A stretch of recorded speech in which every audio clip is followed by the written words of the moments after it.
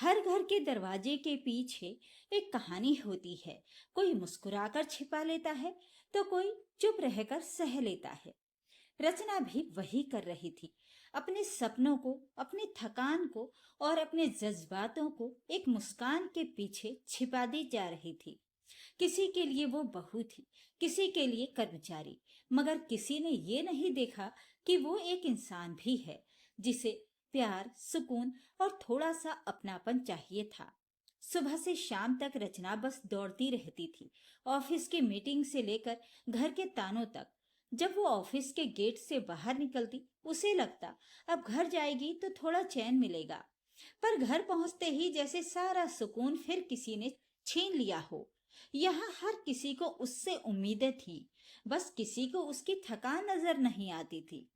बहू, तुमने सिया को फोन करके उसकी सास का हालचाल नहीं लिया? जयंती जी झुंझलाती हुई अपनी बहू रचना से बोली, जो ऑफिस से आकर घर में घुसी ही थी। मम्मी, आप दिन में कई बार दीदी को फोन करती हैं, आप ही पूछ लेती। मेरे ऑफिस में आज मीटिंग थी, मुझे जरा सा भी टाइम नहीं मिला। और फिर कोई बहुत बड़ी बात नहीं थी। दीदी की सास का थोड़ा बीपी बढ़ गया होगा, जो अक्सर ही हो जाता है। तभी तो दीदी का फोन कल मॉल में घूमते हुए आया था। अगर उनकी सास बहुत बीमार होती तो क्या वे मॉल घूमती? रचना, जो ऑफिस से थकी हारी आई थी, अपने गुस्से को अंदर ही अंदर दबाकर बोली। सुनते ही जयंती जी गुस्से से बिलबिला उठी और रचना के दादा परदादा को उसकी ऐसी परवरिश पर स्वर्ग से घसीट लाईं।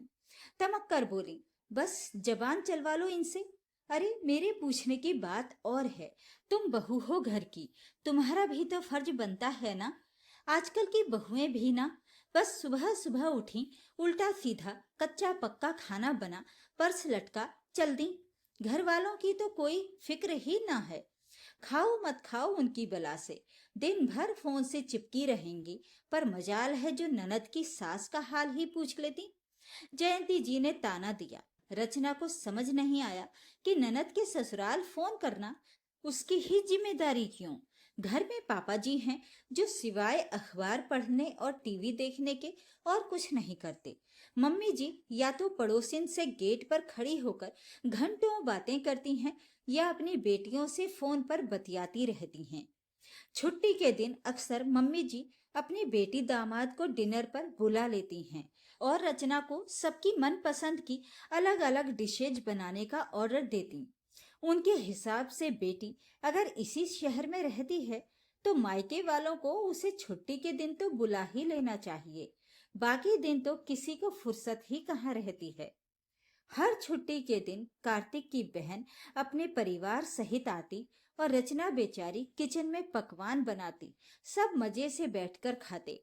अगर रचना की ननद उसका हाथ बटाने किचन में जाना चाहती तो माँ उसे हाथ पकड़कर बिठा लेती कि ससुराल में रोज तो खटती है, कम से कम हफ्ते में एक दिन तो चैन की गरम गरम रोटी खा ले। कभी ये नहीं सोचती कि बहू का भी कभी कभार चैन से बैठकर गरम रोटी खाने का मन करता होगा।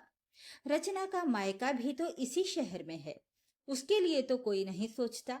एक दिन रचना के भतीजे का मुंडन था। रचना के मम्मी पापा ने सबको बुलाया था। सुबह मुंडन का कार्यक्रम था और शाम को दावत थी। तय हुआ कि मुंडन के वक्त रचना और रचना का पति कार्तिक जाएंगे और फिर शाम को बाकी सब। रचना ने ऑफिस से छुट्टी भी ले ली थी। मुंडन क्योंकि बुआ की गोद में बच्चे को बैठाकर होना था, इसलिए रचना ने जल्दी जल्दी लंच बनाकर काम निपटा लिया। वो लोग निकलने ही वाले थे कि तभी कार्तिक की बुआ आ गईं। बस जयंती जी ने फरमान जारी कर दिया कि बुआ जी को चाय नाश्ता करा दो, तब चली जाना। ऐसा करो, ज्यादा कुछ नहीं, बस गरम पकोड़े और सूजी का हलवा बना लो। वैसे भी मुंडन तुम्हारी गोद में ही होगा, वो लोग तुम्हारा इंतजार करेंगे ही। कार्तिक ने कहा भी कि मुंडन का मुहूर्त है, हमें देर हो जाएगी। बस इतना कहना था कि बुआ तमक कर बोली, अभी से जोरू का गुलाम हो गया। अरे, आजकल तो लड़कियां सोचकर ही आती हैं कि सबसे पहले पति को मुट्ठी में करो, फिर घर पे कब्जा करो और माँ बाप को घर से बाहर करो। थोड़ी बहुत देर हो भी जाएगी तो कौन सा आसमान टूट पड़ेगा। भतीजे का मुंडन ही तो है, ब्याह तो नहीं हो रहा जो मुहूर्त टल जाएगा। हमारे जमाने में तो पहले ससुराल हुआ करता था, पीछे मायका। बुआ जी बड़बड़ाती रही। अरे भाभी, मैंने तो पहले ही तुम्हें समझाया था, नौकरी करने वाली बहू मत लाओ। पर तुम्हें और कार्तिक को हर महीने मोटी पगार लाने वाली का लालच था। अब भुगतो। इनका जब घर से बाहर पैर निकल जाता है तो कोई आए कोई जाए, और घर गृहस्थी से कोई मतलब नहीं रहता। बुआ जी का प्रवचन जो एक्सप्रेस ट्रेन की तरह शुरू हुआ तो थमने का नाम ही नहीं लिया। खैर, बुआ जी की खातिरदारी कर रचना और कार्तिक निकल लिए। रचना की बुआ कई साल बाद लंदन से आई थी। उनकी और रचना की बहुत पड़ती थी। दोनों बुआ भतीजी एक दूसरे के बहुत नजदीक थी। रचना बहुत खुश थी कि आज वो डिनर के बाद मायके में रुकेगी और बुआ से ढेर सारी बातें करेगी। पर 8 बजते बजते खाने के बाद उसकी सास ने कहा, मिल तो ली तुम अपने सारे रिश्तेदारों से, अब रुककर क्या कर लोगी, रात में सोना ही तो है, जैसे यहाँ वैसे ही वहाँ। अब चलो घर, वहां बुआ जी भी होंगी, मैं अकेले कैसे संभालूंगी। रचना को बहुत दुख हुआ। रचना के मन में आया कि जवाब दे दे कि क्या घर की जिम्मेवारी सिर्फ उसी की है। उसकी शादी से पहले भी तो बुआ जी या और रिश्तेदार आते होंगे, तब भी तो मम्मी जी सब करती होंगी। अब ऐसा क्या हो गया कि वे एक कप चाय भी बनाना नहीं चाहती। सारी उम्मीदें बहू से ही क्यों। पर कार्तिक ने माँ को जोर देकर कहा, माँ, रचना ने यहाँ रुकने के लिए ही 2 दिन की छुट्टी ली है, तो उसे रुकने दो। कल कल ही की तो बात है, घर आप संभाल लेना।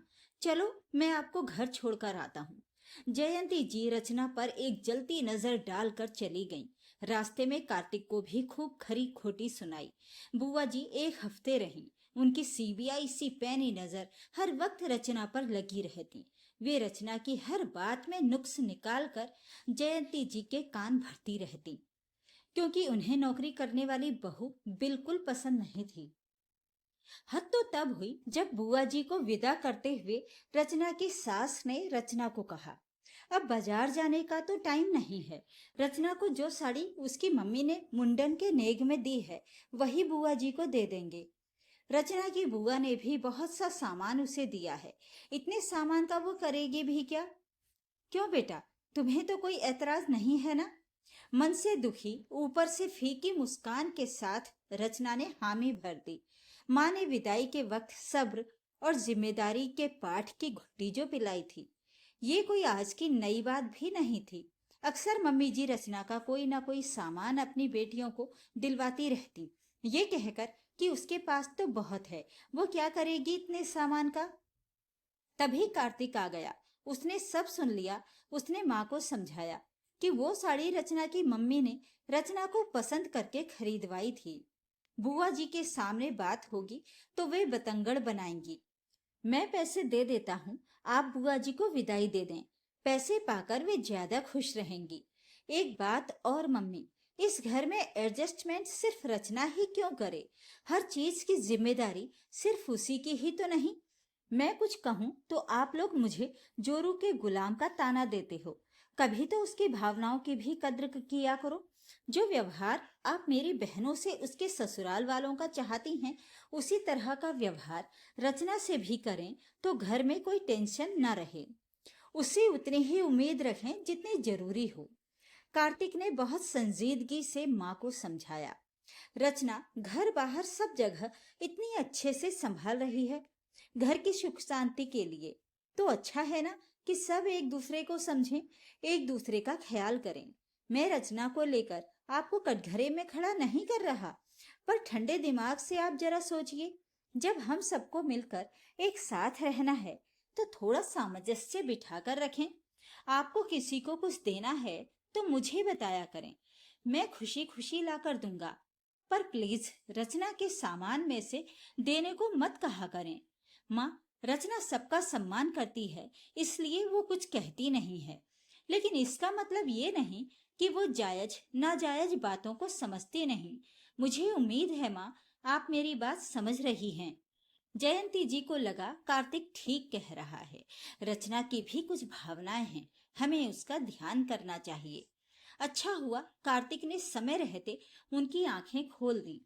उस रात जब कार्तिक ने माँ से कहा, माँ, रचना भी इंसान है, उसके भी एहसास हैं, तो पहली बार जयंती जी को अपनी बहू की थकी आंखों में वो दर्द दिखा जो अब तक उन्होंने देखा ही नहीं था।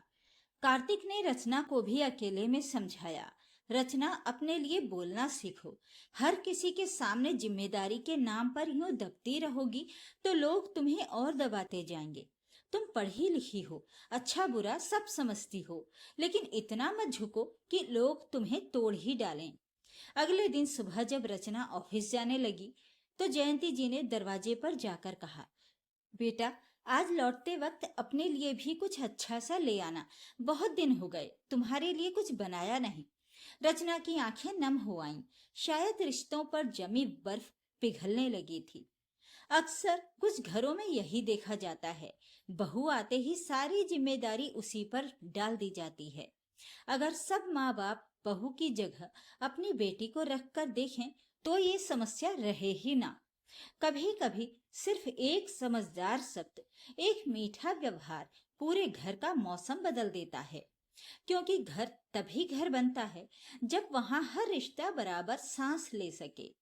दोस्तों, कार्तिक ने जो किया, क्या वो सही था? क्या उसे अपनी माँ को ऐसा जवाब देना चाहिए था? अपने विचार कमेंट बॉक्स में जरूर लिखिएगा। कहानी पसंद आए तो लाइक और शेयर कीजिए। चैनल को सब्सक्राइब जरूर कीजिएगा। नमस्कार।